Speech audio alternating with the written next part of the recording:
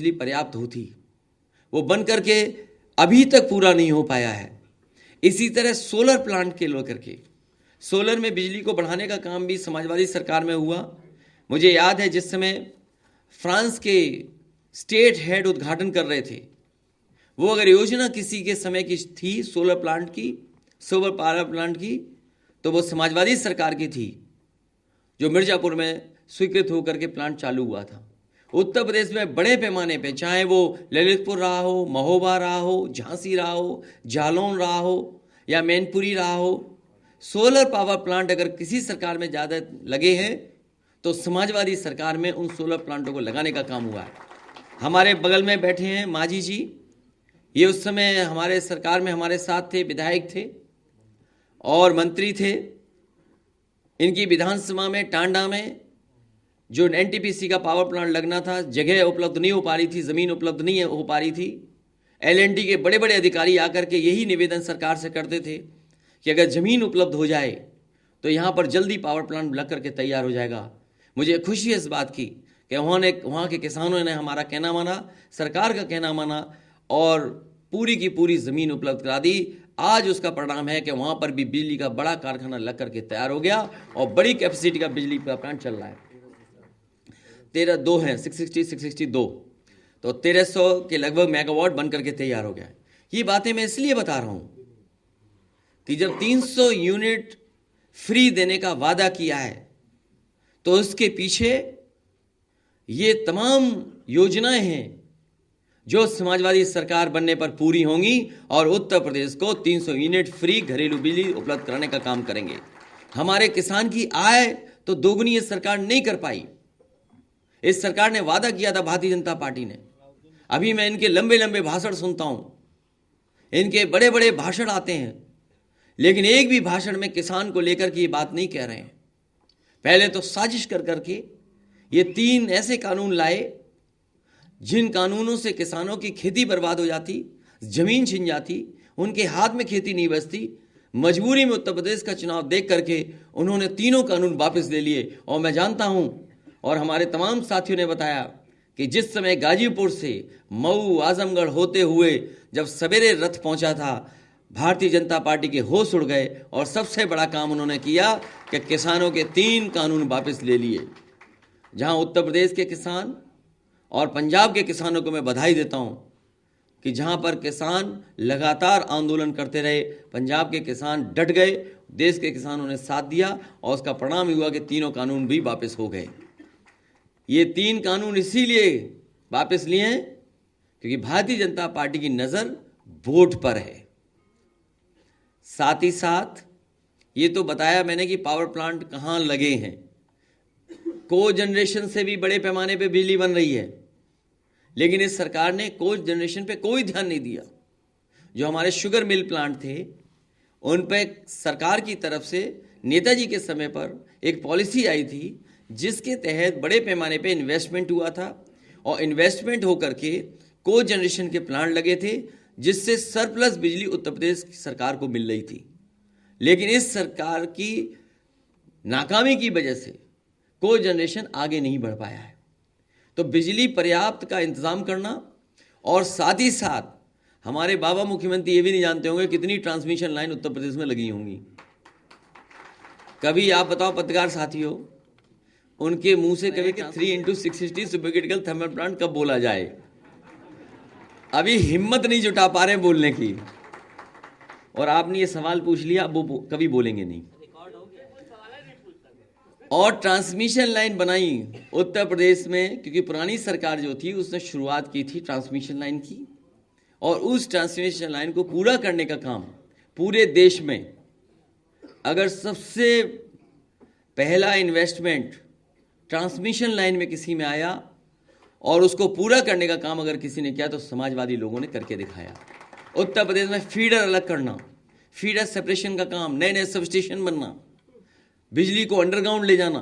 मुझे याद है आजमगढ़ का सबसे पहले अंडरग्राउंड केबलिंग किया था, मऊ का भी शुरू करा दिया था, बनारस से पहले सारनाथ का सरकार से हो गया, लेकिन उस समय की भारतीय जनता पार्टी की सरकार ने कहा कि हम बनारस को भी करना चाहते हैं।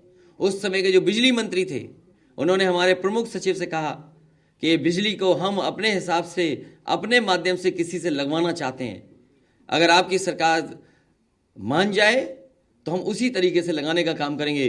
मुझे याद है हमने अपने प्रमुख सचिव से कहा कि अगर वो केंद्र सरकार के कोई मंत्री कह रहे हैं कि वो अपने हिसाब से अंडरग्राउंड केबलिंग कराना चाहते हैं तो उसको पूरी की पूरी परमिशन दी जाए और स्वीकृत करी जाए, और उसका परिणाम है कि बनारस में अंडरग्राउंड केबलिंग अगर किसी की वजह से हो रही है तो समाजवादी पार्टी की सरकार की वजह से।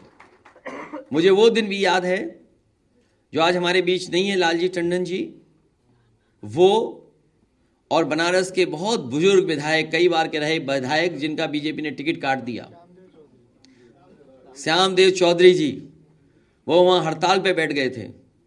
और हड़ताल पे इसलिए बैठ गए थे, वो चाहते थे कि प्रधानमंत्री जी के क्षेत्र में 24 घंटे बिजली हो जाए। कई दिनों जब हड़ताल पे वो बैठे रहे, उस समय के जो जिलाधिकारी थे उन्होंने मुझसे फ़ोन पे कहा कि अगर ये हड़ताल पे नहीं बैठे तो हो सकता है इनकी जान चली जाए, इसलिए इनकी मांग आप मान लेंगे तो अच्छा रहेगा। मैंने उसी दिन फैसला लिया और उन्हें बुलाया, अपने यहाँ बैठा करके उनकी भूख हड़ताल तुड़वाई, और उसी दिन बनारस को 24 घंटे बिजली देने का काम अगर किसी सरकार में हुआ था तो वो समाजवादी सरकार थी। अगर मेरा कहना भारतीय जनता पार्टी के लोग नहीं मानते हैं तो उन बुजुर्ग के घर पे जाएं जिन बुजुर्ग की आपने टिकट काटी है, वो कम से कम सच बता देंगे कि हाँ, उनकी भूख हड़ताल की वजह से उस समय की समाजवादी सरकार ने बिजली 24 घंटे दे दी थी। भारतीय जनता पार्टी से अच्छा झूठ कोई नहीं बोल सकता, वो झूठ में कुछ भी बोल सकते हैं। इसलिए उत्तर प्रदेश की जनता इन झूठ बोलने वालों को इस बार उत्तर प्रदेश से हटाने का काम करेगी। मैं इन्हीं शब्दों के साथ मैं पत्रकार साथियों का धन्यवाद देता हूं और अपने सभी साथी जो आज समाजवादी पार्टी में शामिल हो रहे हैं उनका बहुत बहुत स्वागत करता हूं। कल का कार्यक्रम के आयोजन का जो संतोष पांडे जी ने किया, वो भी यहाँ बैठे हैं, उनके तमाम सहयोगी साथी हैं जो सुन भी रहे हैं और बाहर भी हैं, मैं उनको भी बधाई देता हूं। एक ऐतिहासिक कार्यक्रम उन्होंने किया और बहुत उसका संदेश दूर दूर तक गया है। एक मिनट, वो आपके साथ 4-5 लोग हैं, ज्ञापन देंगे, आप बुला लो रामप्रीत सिंह के साथ बुला लो पहले, तब ज्ञापन बाद में ले लेंगे, सवाल जवाब हो जाए। आप वो खड़ा कर लो, इधर खड़ा कर लो। मेघालय के राज्यपाल ने का एक वीडियो चल रहा है जिसमें उन्होंने कहा कि किसान आंदोलन में जो 500 लोगों की मौत हुई थी, किसानों की मौत हुई थी, उसको लेकर के प्रधानमंत्री से मिले, उन्होंने ये कहा कि क्या उनके लोग हैं क्या जो मरे हैं, वो क्या करें इसके लिए। समाजवादी पार्टी ने फैसला किया था जिस समय समाजवादी सरकार बनेगी वो किसान जिनकी आंदोलन के समय पर जान गई है, उन सभी किसान परिवारों को 25-25 लाख रुपए उनकी मदद करने का काम करेगी। और साथ ही साथ एक किसानों के सम्मान में एक स्मारक भी बनाया जाएगा।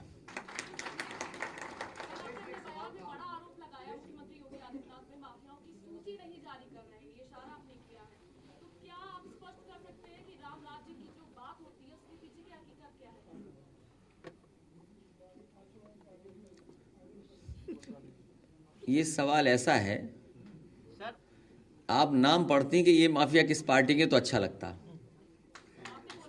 नहीं, वो तो मैंने बोला, लेकिन अगर आप नाम पढ़ के पूछती तो मुझे बड़ा अच्छा लगता, मैं बताता कि हाँ ये बीजेपी के हैं। और मैं फिर दोहराता हूं वो बात, अभी जो सूची आई है जिसमें विधायकों पे आरोप लगे हैं, एक रिपोर्ट आई, एडीआर रिपोर्ट, उसमें सबसे ज्यादा विधायक जिन पर मुकदमे हैं वो भारतीय जनता पार्टी के निकले। और पूरे देश का पहली बार इतिहास बनाने का काम किया है कि जिस मुख्यमंत्री के ऊपर तमाम धाराएं मुकदमे थे उसको भारतीय जनता पार्टी ने मुख्यमंत्री बनाया। और बहुत सारे भारतीय जनता पार्टी के नेता जो बुजुर्ग हैं, जो कई वर्षों से खून पसीना बहा करके पार्टी को मजबूत कर रहे थे, वो कई बार कहते हैं कि बताइए हम तो खून पसीना बहा रहे थे, ये जाने कहां से आए और हमारे ऊपर बैठा दिया। क्या वो भारतीय जनता पार्टी के सदस्य हैं? समाजवाद पे जब किताब लिखवानी थी तो उन्होंने अंग्रेजी में लिखवाई है किताब, the socialist monk, the socialism का जो रास्ता है वही राम राज्य को लिए रास्ता है। जिस समय पूरी तरीके से समाजवाद लागू हो जाएगा वही राम राज्य है। और मैं आपसे जानना चाहूंगा कि द सोशलिस्ट मॉन्क की हिंदी क्या होगी?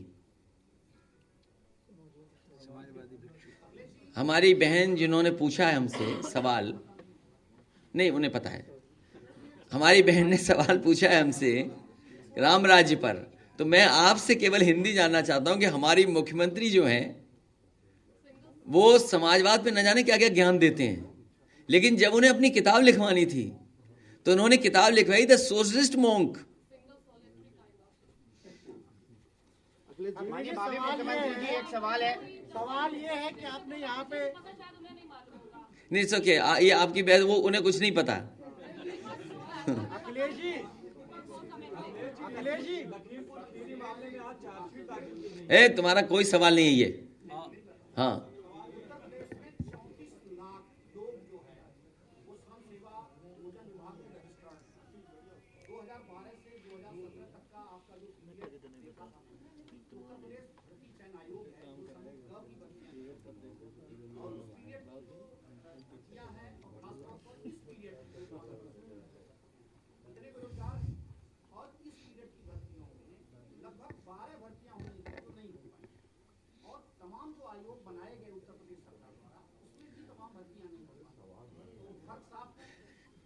मैं अपने पत्रकार साथी का धन्यवाद देता हूं याद दिलाने के लिए। अगर माननीय मुख्यमंत्री जी का भाषण सुनोगे, अभी मैंने भाषण सुना स्मार्टफोन और टैबलेट के डिस्ट्रीब्यूशन के समय पर, हालांकि वो लैपटॉप नहीं देंगे किसी को, लैपटॉप तो समाजवादी सरकार देगी। उन्होंने कहा कि लाखों नौकरियां दे दी हैं, 1 करोड़ रोजगार दे दिए।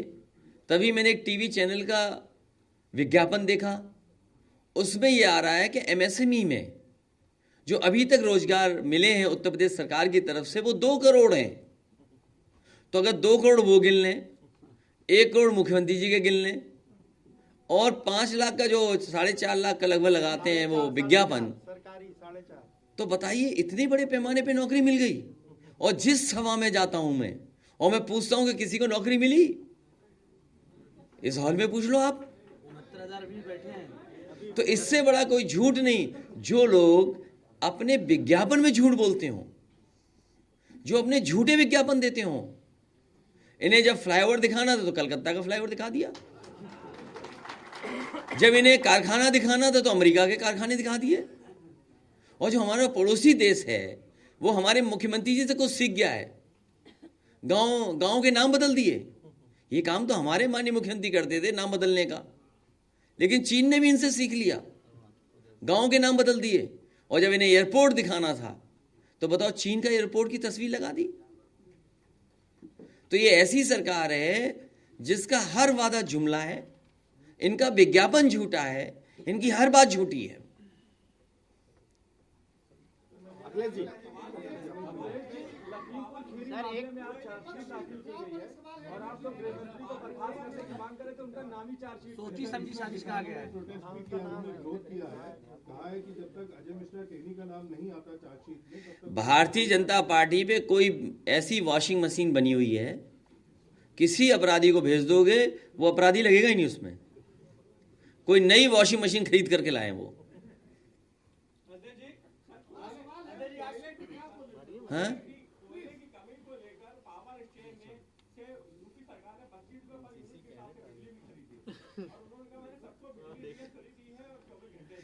उत्तर प्रदेश की जनता ने भारतीय जनता पार्टी को 2 बार केंद्र में सरकार बनाने के लिए समर्थन दिया है। कम से कम भारतीय जनता पार्टी को उत्तर प्रदेश का कोटा बढ़ाना चाहिए था। बिजली का कोटा बढ़ा देते और कम से कम कोयले का भी कोटा बढ़ा देते। और 25 रुपए में खरीदोगे तो केंद्र सरकार क्यों बनवाई जनता ने, ये मुख्यमंत्री जी पूछते।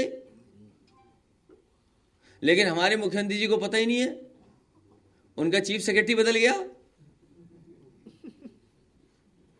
जो दूसरों को कहते हैं 12 बजे सो करके उठते हैं, वो बताएं कि कहां सोते रहे कि उनका चीफ सेक्रेटरी बदल गया।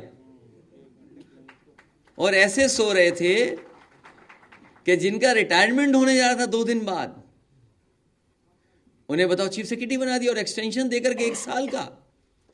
तो सोचिए हमारे बाबा मुख्यमंत्री सो रहे थे कि जाग रहे थे? धुआं था।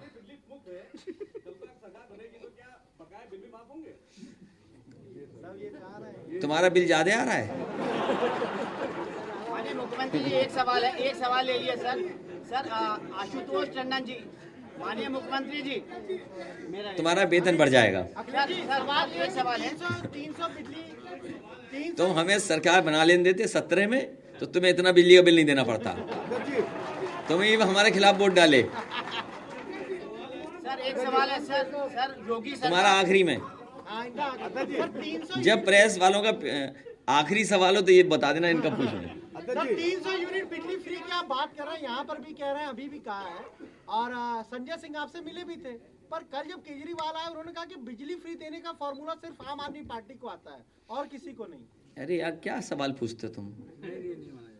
मैंने प्लांटों के नाम बताए। जिस समय नेताजी मुख्यमंत्री थे, मुझे याद है शाहजहाँपुर का रोजा का पावर प्लांट लगा प्राइवेट।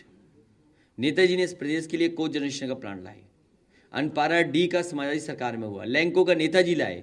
और मुझे खुशी है इस बात की कि जिस समय मैं हरदुआगंज का प्लांट का शिलान्यास करने जा रहा था, तो जिस कंपनी को ठेका मिला था, जापान की वो कंपनी थी, वो कंपनी के जो सबसे बड़े अधिकारी आए थे जापान से चल करके, उन्होंने गिफ्ट में मुझे वो तस्वीर दी जब कभी नेताजी ने प्लांट का उद्घाटन किया था।